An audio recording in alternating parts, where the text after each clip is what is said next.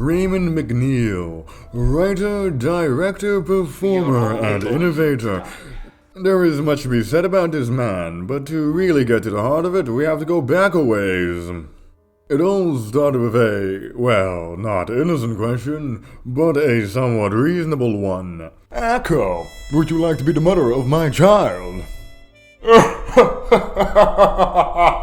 Oh yes, it is an audio adaptation of Raymond McNeil's latest work. Soon wouldn't cut it. What is it, may you ask? Well, we can find out right here. Hi, I'm Neil McRaymond. Category, female on female, of course. Fandom, Little Witch Academia. I didn't see a witch pun in the title, but I think that will have to too. Relations and characters. Yes, I vaguely remember these characters being important. Additional tags, fluff and crack that sounds like a Frankish Crusader castle or a potential end for Max after Valhalla Fallen's meteoric rise. Futonary. Futonery? Let's go look that up, I guess.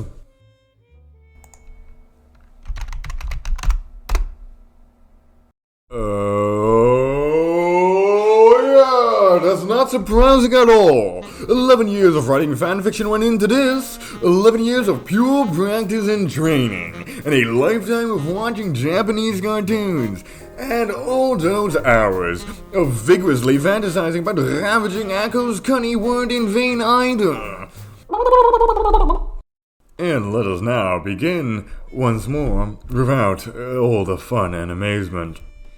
It all started with a, well, not innocent question, but a somewhat reasonable one. Echo, would you like to be the mother of my child? Atsuko Kagari, inheritor of the claim Solus, reviver of the Grand Triskelion, major cumlord of her senior class at Union City, felt her jaw hit the floor as it had done many times before. Fire erupted from her neck to her brows, wreathing her in a baconating blaze. Diana. For your edification, a Major Cumlord is one step above a Captain Cumsir, and refers to the greatest of the biblical semen demons, of which foremost is your mom. Diana shuffled where she stood, gripping her arm, clearly as embarrassed as Echo felt. I know it's quite sudden, but apparently there were some conditions about the Cavendish ascension process that I was left entirely unaware of by Aunt Darrell, and I only just learned about it now, this very instant. Echo pulled at her collar, presumably on her own shirt and not one she put on Diana for using those Snapchat dog filters. CC conditions, huh? You have to be pregnant when you... Diana cast her eyes to the side. If the Cavendish in question should have an infatuation at the time, and has not conceived a child of the target of that love, there is a great chance the ceremony will not take. Not an issue back when we were younger, but now, You what? Diana choked. So many years immature and still Echo could be dense. Echo, there's a reason I'm asking you. Echo sucked in a breath and scratched her temple. What do you... Her eyes widened. Oh. Diana let a grimace slip onto her lips. And here I thought you were brighter these days. Well, excuse me, Echo balked. I didn't just ask to. That is terrible. That is terrible. Was there really no better way you could have asked me? Maybe to go out on a date or apricot first? I'm sorry, but the Ascension ceremony is coming up in a month, and I only came upon the rules today. I'm working on a very limited time span, and I've already been trying to work up to a confession for months, and it's been driving me insane, and I guess I can't. Desperate. Echo stared at the flustered Brit. Diana's elevated breathing. Echo stared at her elevated breathing. Okay, good. You like me? Diana stared at her, yes, ardently, profoundly, mythologically. Biting her lip, shifting on her heels, Akko breathed her next words, almost quiet. Almost, but not really. It's still normal. I'll do it. Akko? Blushing Akko, no comma, that's her street name, whisked a demure flower into her hand. That, in the legal language of flowers, means objection, with a wave of a wand. You're not the only one who's been working up to a confession, yeah. Diana, are you sure it's supposed to be, like that? And now I, the narrator, must become Raymond McNeil for this next paragraph needlessly broken over 3 lines. Ja, after Diana and her had discussed the ins and outs of how they go about conceiving a child, Akko had expected a little weirdness, but this was an exception. One take, Raymond McNeil always wins. It was big, really big, huge. So big that it blinks out the light above them like that obelisk she toppled in Egypt in the sophomore year. Roy hasn't assured me that this is exactly how the potion would work. Any untoward death or mutilation will see me nicely compensated. On my part, not yours. I hope you took on some serious insurance, my friend. Why, is there something wrong? Diana asked, her voice genuinely confused.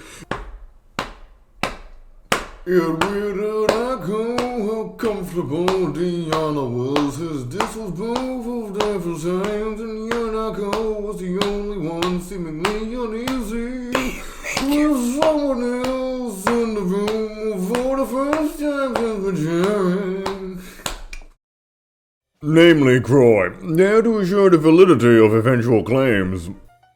Though, as scary as it was, there was something alluring about the mushroomed shape hovering over her spread crotch.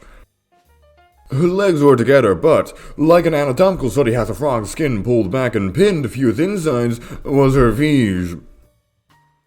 Akko had always been fond of mushrooms, and although Diana's innovative methods of picking them had been effective, the mushrooms themselves had all been inedible. Or mostly effective, anyway. By means of a particularly stout cleft of bark had Diana accidentally circumcised herself. It's huge, Diana, no comma. It's the biggest Diana I've ever seen. Maybe ever. The biggest. But really, that thing will split me in half. Like you're Bane and I'm Batman. That's gonna be what, a meter? How are we even going to, It's magical, Akko. No come, just acknowledgement that she's a witch. Remember that a believing heart is our magic. Yeah, that thing is going out of crashing my believing heart and most of my internal organs alongside with it, yeah. Diana sighed. Akko, you did use the spells I asked you the same as I have done before this so I can bend my dick round and fuck myself, right? Yeah, but I don't feel any different. You didn't tell me what they did. Diana rubbed her forehead, the rod attached to her crotch swaying gently with the unbelievably violent rubbing movement that requires. Akko's eyes followed it like a hypnotized snake. It was an elasticity spell, Akko, so I could fit. We learned the spell it's derived from when we were juniors. Akko snapped out of her stare. Right, Was I sick for those? She said, unsure whether that was a question or not. Because there is no question mark. Diana leaned down and pressed her lips to Akko's ear. The penis, that is her lips, coming to rest along Akko's belly on her head. The base of the shaft pressing into the button of her folds, her, in this clause, being Diana, due to the way it's constructed. The Japanese girl shivered. Who this girl was, no one knew, but she was statistically probably in Japan. That, or by the dialogue following it, it implies that Diana is Japanese. I don't quite recall, but I know tonight I'm going to make you feel dizzy. She kissed the corner of Echo's jaw, again down to her cheek, and again down to her lips, and again. Apparently she's perpendicular to Echo's face. Echo felt her body convulse in place, as opposed to convulsing about in service of locomotion like a beached fish, as the warm feather core shifted into fourth gear. H high, she said, remembering that she was Japanese and maybe a Hitler lover, and wanting Diana and Croy on the sidelines to also remember this, so that they all could be confident that this was perfectly normal for Echo. Where had Diana even pulled this seductive personality from? It was so unlike he, her, oh, goes the narration that is now Raymond fantasizing about being Echo as she gets a lamppost rammed up her womb. And just in time, he determined the gender of Diana's penis. It's feminine, and that only makes it better, says Raymond. Echo cried openly, as opposed to privately, as Diana entered her and didn't stop crying and wailing with all the pleasure in the world, as Diana proceeded to break her and the bed with her monster cock. 3 weeks later, Diana would successfully ascend to the role of head of the Cavendish household with no issue. And so Croy needn't pay out. Immediately after, Diana would hold a great funeral for Echo, closed casket of course, to spare her family the horror of her broken and twisted corpse. What a rotten way to die. But despite all the stressful setbacks, Diana would live happily ever after with her husband Steve. And now let us go back in time a bit, so that Raymond can explain to you how this all came to be. You didn't need to know this earlier to understand what was happening, but now Raymond, having fought this out himself, and not wanting to waste any effort, because any effort you do not show directly to the audience is wasted effort, in Raymond's opinion, which is wrong, which is why it's not fact, and it's his opinion instead. So I just take this and you grow a magic bean, the chef no comment, Croy said, zipping up a noodles, trust me chariot, was pretty impressed with it, and see the belly on her own mine. Stop it, no fun loud. You wrinkled his monster cock stuff as a joke. Come on, man, you know this is going to be in his next book, don't be this way. Every teenager goes through this kind of thing, man. Have you never been a kid? Come on. It's a girl. It's a deep study. Diana shivered. Must you be so crass? The inventor shrugged. I prefer frank rather than inaccurate. God, can you imagine? The two choices in life, being a sex weirdo and being wrong. This is how Raymond McNeil sees the world. Allegedly. Blonde grabbed at her temples. I suppose I should just thank you and be on my way instead of chiding you. Smart plan. Oh, but what's wise? That stuff is potent. Only a few sips and you'll be set. But I gave you more because I am a prick. Beginning ellipsis. What are the chances of conception with this? About 1/4 that of the average man, which you surely not out of your head. What are the chances of conception with this? So about 1/4 of the average man. Not a guarantee, but Chariot and I got results in less than a year, so you get there. You're a little young for kids in much the same fashion as I, aren't you? I'm implying something. No, I said no fun. This is the opposite of what I requested. Would drinking more increase the chances? Croy leaned back and slipped off her goggles, scratching her chin. Well, yeah, but there are side effects. The penis might be a little too big if you drink too much, and it'll send your homos into overdrive. I see. The inventor waved her hand off, the limb flopping onto the ground, and pulled her goggles back on, sparks dancing from the circuit board in front of her, completely unrelated to anything she's doing, by the way. But I know you're responsible. Just be careful and things will work out for you and you'll have a bouncing baby come the next few years. That's one of the side effects, you know. Your baby will always bounce. I'm glad you have such confidence in your work, no comma, Croy. Why, yep, of course, I built it myself, said Human Croy without looking up from her soldering. Happy to help. Diana picked up the bottle and walked out of Croy's lab, cradling it gently. Size and increase hormones, easy enough to mitigate to a point, wrote Raymond, cupping his genitalia with a smirk. You need results now. Soon wouldn't cut it. And then some comment about how desperately Raymond wants Echo to blast some seed into Diana. Oh, God. Goodness, everyone, that was Raymond McNeil and his finest work yet. As it should be, getting better over time, you understand? So join me in giving him some applause. Everyone at home, come on. Please stop. Well done, Raymond. Congratulations. Congratulations. Congratulations. Congratulations. Congratulations.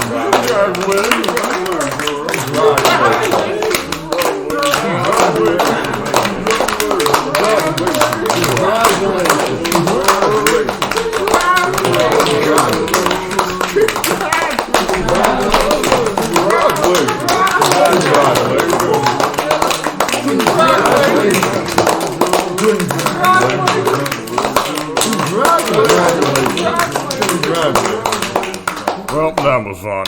Let's continue to say nice things about Raymond as a writer as I slam my desk by accident in passion. As I know he loves. Meow, gee, we've gone to the nice portion of the video, so I feel entitled to do a dumb voice. I respect Raymond's policy on honest criticism. It's healthy and quite heartening to see. Although his instinct seems first to invalidate with any contrivance rather than consider. Raymond got better, as anyone should with time. He still makes fanfiction garbage. I wish he made original fiction. Soon Wouldn't Cut It is a technically told comedy, and that's to its benefit. Contrary to Raymond's claims, technical writing is not the weakest attribute of his writing skills. It seems to be one of the stronger ones, even. But what do I know? I'm just some schmuck on the internet. Not like I write books for a living or anything. Not like I take my time honing my craft and studying the adaptation of stories between medium. I think it simply interests him to leave. Yes, I laughed quite a lot while recording this, to the point of needing to trash 2 full takes. It was, how do you say, unfortuitous? But I think entirely at the notion of Raymond writing certain lines or other parts that weren't meant to be funny, but I laughed nonetheless. It's not hard to make me laugh, but it's a success all the same. Hello, I'm Raymond McNeil. Whenever girls get their gay on, I squeal. And now, the bad things. If you're watching Raymond, don't worry. The list of complaints was so long that I had to cut it for time. Here are the ones, simple enough to be short. Raymond has a frightfully lazy habit of using text breaks to skip over important parts. I never got around to saying this with Forge Within Flame, but literally everything of importance in Sparks happens in a text break. The written parts are reactions or lead-ups to things that matter.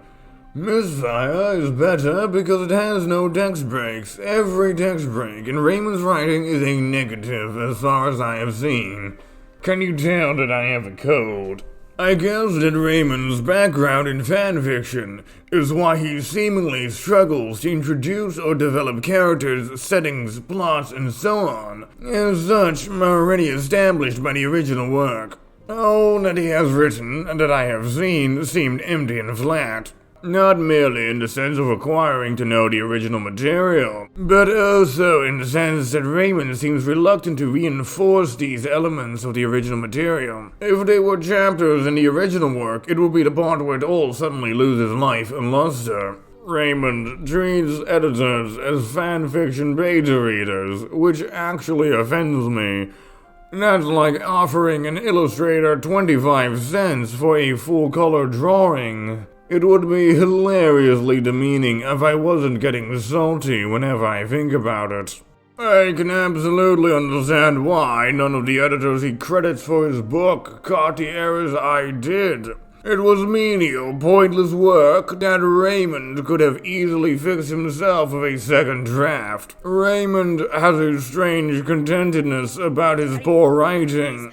Want to sleep. While I do appreciate how he readily admitted to me that Spock's was the worst part of Forged in Flame, it only makes me wonder why he didn't bother rewriting it, especially with the odd preface where he is embarrassed and nervous to show his work to the reading public rather than the usual fanfiction crowd. That repeated reassurance that the sexual material in the book was legal was very quite strange and too irresolute for a proper writer. As I begin to die, I hear the grave calling me. Publishing your work is implicitly endorsing it, so be confident about it or don't show it until it's well enough. Also, selling rough fanfiction for $10 is pretty lacking in the hip factor, my man. Raymond's writing is devoid of emotion. Instead, it features meaningless details that the reader is supposed to process into perceived emotion. Have you ever read Sherlock Holmes? In short, it's wooden, but not factual. Raymond's creative narration is inevitably pretentious, and I suspect that is from his affecting what he thinks is a style of a professional writer. To clarify the obvious, the problem with pretentiousness is that it's pretending, insincere, and therefore ill-fitting and bad. Raymond, no hard feelings about this one, buddy. It's not personnel, kid. That is the end of the script and the end of the video. It was a lot of work, but it was all in honor of Raymond McNeil. Credits, yeah.